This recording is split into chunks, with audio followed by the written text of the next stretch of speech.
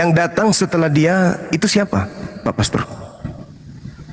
Aku memang harus pergi, sebab kalau aku tidak pergi, maka penghibur itu atau roh kebenaran itu tidak akan datang kepadamu. Jadi yang datang setelah Yesus pergi itu siapa? Menurut Yesus. Baik, jadi penghibur yang dimaksud itu adalah Roh Kudus. Nah, yang datang kepada Paulus? Oke, Roh Kudus itu di dalam Kisah Para Rasul pasal 1, ya, ayat Kisah Para Rasul pasal 1 itu ayat 8, ini Yesus sendiri mempertegas, tetapi kamu akan menerima kuasa kalau Roh Kudus turun ke atas kamu, dan kamu akan menjadi saksiku di Yerusalem, di seluruh Yudea dan Samaria dan sampai ke ujung bumi.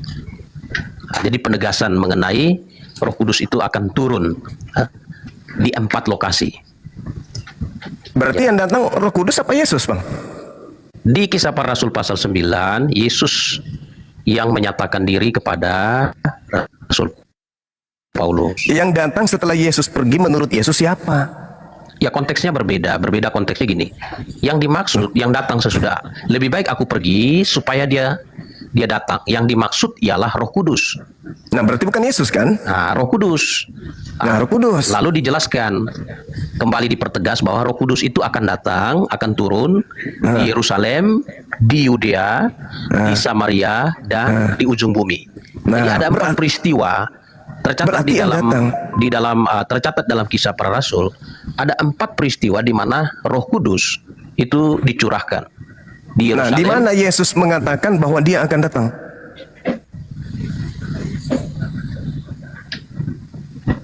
Maksudnya gimana? Kan Yesus mengatakan, memang benar jikalau aku pergi. Sebab kalau aku tidak pergi, maka roh kebenaran itu tidak akan datang. Maka yang pergi Yesus, yang datang roh kebenaran. Terus kenapa yang datang kepada Paulus justru Yesus? Bukankah Yesus mengatakan, waspadalah kepada penyesat yang datang kepadamu memakai namaku. Berarti ada 2 yang datang sebelum eskatologi ini berlaku. Yang pertama yang datang adalah roh kebenaran, yang kedua adalah Yesus palsu. Nah, sekarang yang datang kepada Paulus adalah Yesus, tidak mungkin yang asli. Karena yang asli nanti datang, ya seketika Anda membahas tentang istilah eskatologis. Ini artinya ketika akhir zaman, akhir dunia. Makanya dikatakan dalam Ibrani 9:28, sekali lagi dia menyatakan diri. Kapan itu? Pada akhir zaman. Berarti yang datang sebelum akhir zaman ada 2. Yang pertama roh kebenaran, yang kedua Yesus palsu. Yang datang kepada Paulus Yesus. Bukan roh kebenaran, bukan Roh Kudus. Tetapi Yesus. Sedangkan Yesus datang harus lengkap dengan daging menurut malaikat dan menurut Yesus. Yesus sendiri mengatakan di dalam Matius 24 nomor 27, nomor 30, dia datang sebagai anak manusia. Dan datangnya di atas langit, akan nampak oleh seluruh manusia. Sedangkan yang datang kepada Paulus hanya mengaku Yesus doang. Dan Yesus mengajak murid-muridnya agar waspada kepada sisis yang datang memakai namanya. Waspadalah kepada penyesat yang datang kepadamu memakai namaku dan berkata, akulah Kristus. Nah, datang nggak? Datang. Kepada siapa? Paulus. Karena sejatinya yang ditunggu oleh kaumnya, muridnya adalah roh kebenaran. Bukan Yesus lagi yang ditunggu. Siapa yang mau tunggu Yesus datang? Kalau dia datang kiamat. Maka yang datang adalah roh kebenaran. Jangan tunggu Yesus dong. Kalau mau kiamat, tunggulah dia. Dia datang hari ini, kiamat hari ini.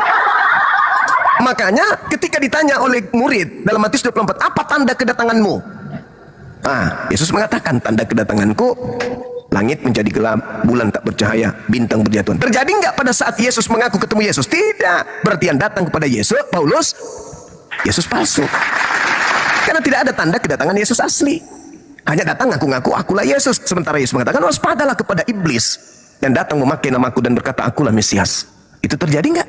Terjadi. Kepada siapa? Paulus, Ananias, penulis Wahyu. Dan orang-orang yang murtad dari Islam mengaku bertemu Yesus, bla bla bla bla bla. Padahal Yesus mengatakan, waspadalah kepada penyesat yang datang kepadamu memakai namaku dan berkata, akulah Kristus. Nah, sekarang kembali kepada yang tadi. Aku harus pergi, sebab kalau aku tidak pergi, roh kebenaran itu tidak akan datang. Berarti yang datang adalah roh kebenaran. Yang datang kepada Paulus siapa? Kristus. Kan gak nyambung. Nah, ini makanya perlu saudara pastor untuk kalau kita berbicara mengenai eskatologi, berarti yang datang itu di akhir zaman. Oke, tapi ingat, ketika yang asli datang diikuti oleh tanda-tanda. Karena itu ucapan, itu mutlak harus terjadi. Ada nggak tanda itu terhadap Paulus? Nggak ada. Ya sudah, innalillahi wa inna ilaihi raji'un berarti. Silakan. Baik, jadi yang pertama Matius 24 yang tadi dibawakan, yaitu bicara tentang sesuatu yang eskatologis.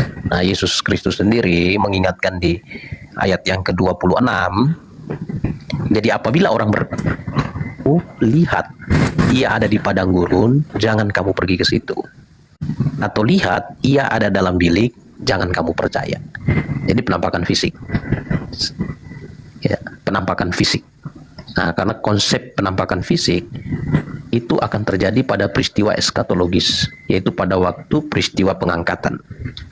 Nah, saya tadi sudah bawakan dalil yang disampaikan oleh Rasul Paulus di dalam 1 Tesalonika 4 ayat 16-17. Ya.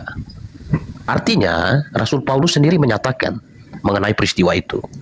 Nah, mengenai Roh Kudus, janji tentang Roh Kudus itu sudah digenapi. Ya, peristiwa itu kapan terjadi? Kapan roh kebenaran itu datang? Nah, peristiwanya kapan roh kebenaran itu datang, itu dijelaskan dalam Injil Yohanes pasal 7, ya, Yohanes pasal 7 ayat 37 sampai 39, ya. Dan pada hari terakhir, yaitu pada puncak perayaan itu, Yesus berdiri dan berseru, barang siapa haus, baiklah ia datang kepadaku dan minum. Barang siapa percaya kepadaku, seperti yang dikatakan oleh kitab suci, dari dalam hatinya akan mengalir aliran-aliran air hidup. Yang dimaksudnya ialah roh yang akan diterima oleh mereka yang percaya kepadanya, sebab roh itu belum datang karena Yesus belum dimuliakan. Jadi Yesus dimuliakan itu peristiwanya pada waktu dia naik ke sorga. Nah, naik ke sorga. Dan ditandai Yesus sebelum naik, dia menyatakan bahwa kamu akan menerima kuasa. Kalau Roh Kudus itu turun ke atas kamu, kamu akan menjadi saksiku di Yerusalem, di Samaria, di Yudea, dan sampai ke ujung bumi. Kalau kita bicara tentang roh kebenaran, itu sudah terjadi penggenapan. Artinya peristiwa penggenapan roh kebenaran itu sudah terjadi sebelum Rasul Paulus, ya, Rasul Paulus mendapat penglihatan mengenai Yesus Kristus yang datang kepadanya.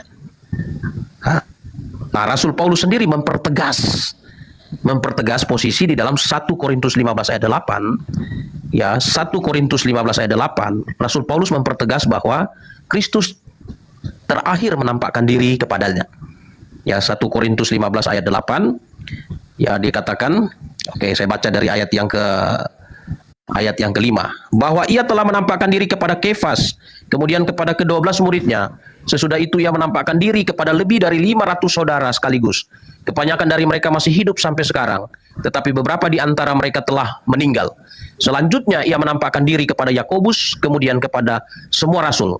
Dan yang paling akhir dari semua, ia menampakkan diri juga kepadaku, sama seperti kepada anak yang lahir sebelum waktunya. Nah, ini penegasan Rasul Paulus, dan pernyataan Rasul Paulus ini diterima dan didukung oleh rasul-rasul yang lain. Diterima dan didukung oleh jemaat-jemaat. Kenapa? Karena yang bertemu dengan Paulus, ya, juga dia bertemu dengan Ananias. Ananias mempertegas kesaksian Rasul Paulus, didukung oleh Rasul Petrus. Di dalam 2 Petrus pasal 3 ayat 15, Rasul Petrus menjelaskan mengenai posisi Rasul Paulus di dalam kekristenan. 2 Petrus 3 ayat 15-16. Anggaplah kesabaran Tuhan kita sebagai kesempatan bagimu untuk beroleh selamat. Seperti juga Paulus, saudara kita yang kekasih, telah menulis kepadamu menurut hikmat yang dikaruniakan kepadanya. Hal itu dibuat dalam sebuah suratnya. Apabila ia berbicara tentang perkara-perkara ini, dalam surat-suratnya itu ada hal-hal yang sukar difahami, sehingga orang yang tidak dapat memahaminya dan yang tidak teguh imannya memutarbalikan menjadi kebinasaan mereka sendiri, sama seperti yang juga mereka buat dengan tulisan-tulisan yang lain. Jadi ini jelas, ya. Jadi yang datang kepada Rasul Paulus itu siapa? Ya, Yesus. Ya, itu Yesus.